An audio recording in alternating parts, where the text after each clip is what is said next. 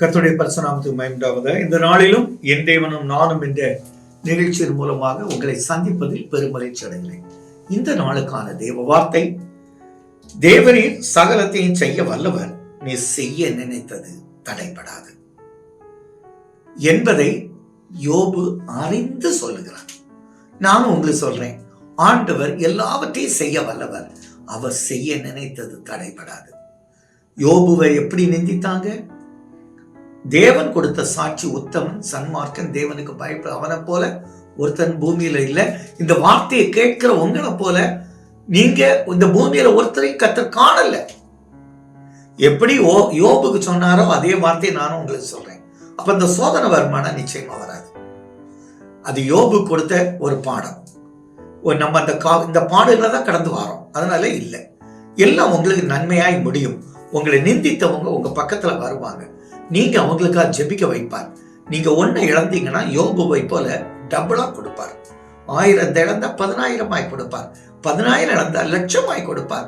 லட்சங்களை இழந்தவங்களுக்கு கோடியை கொடுக்க கர்த்தர் சித்தமாய் இருக்கிறார். ஏன்னா எலியேசர்ட்ட சொல்றாரு, கோடா கோடியாய் பெருகுவாயாக என்று நானும் உங்களை அப்படி வாழ்த்துகிறேன். இன்னைக்கு ஒரு வார்த்தை ரொம்ப சிம்பிளா சொல்லணும்னு சொன்னா, தேவன் செய்ய நினைத்தது. இதுல பாத்தீங்கன்னா 4 தலைமுறைக்கு அந்த சந்ததியை கர்த்தர் அப்படி ஆசீர்வதித்திருப்பார். பாருங்க, நான் 16வது வசனம் பாருங்க.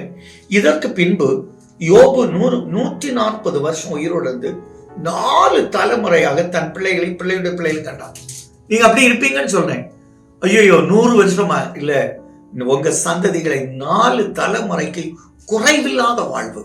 ஏன் அந்த யோபு சொல்லுகிறார், ஒரு ரகசிய செயல் உங்க கூடாரத்தில் இருக்கும், சர்வ வல்லவர் உங்களோடு இருப்பார், உங்க பிள்ளைகள் உங்களை சுற்றி இருப்பாங்க.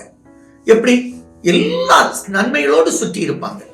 38 வருஷம் பாடுபட்டவன், அவர் சர்வ வல்லவல்லவர். அப்படி தொட்டான், அவன் எழுந்து போனான், படுக்கெடுத்துட்டு போயிட்டான். சூம்பன கையை நேராக்குன்னு சொன்னாரா? உங்களுடைய குறுகி போன வாழ்வை அவர் நிமிரச் செய்து எல்லா நன்மைகளை கொடுத்து இந்த நாள் நல்ல நாளாய் மாற்றுவார். எங்கள் நல்ல தகப்பனே, நீ செய்ய நினைத்தது தடைப்படாது. ஏன்னா நீ சர்வ வல்லவர். உங்களுடைய வாழ்க்கையில திருமண தடைகள் மாறி இருக்கிறது. புருஷ மனைவிக்குள்ள பிரச்சனை மாறுகிறதுப்பா. பிள்ளைகளுடைய மருமகளுடைய பிரச்சனை மாற்றப்படுகிறது. ஆண்டவரே, உயர்ந்த நிலையில் ஏறி இருக்க போறாங்க. கம்பெனியில உள்ள பிரச்சனையை மாற்றி இருக்கிறீங்க. இவங்க பினான்சியல் கிரைசிஸை மாற்றி இருக்கிறீங்க. கடன் இல்லாத ஒரு வாழ்வை கொடுக்கிறீங்க. சுகத்தோடு, பலத்தோடு, தேவ சமாதானத்தோடு நிலைத்திருக்க கிருபையோடு நல்ல பிதாவே, ஆமென்.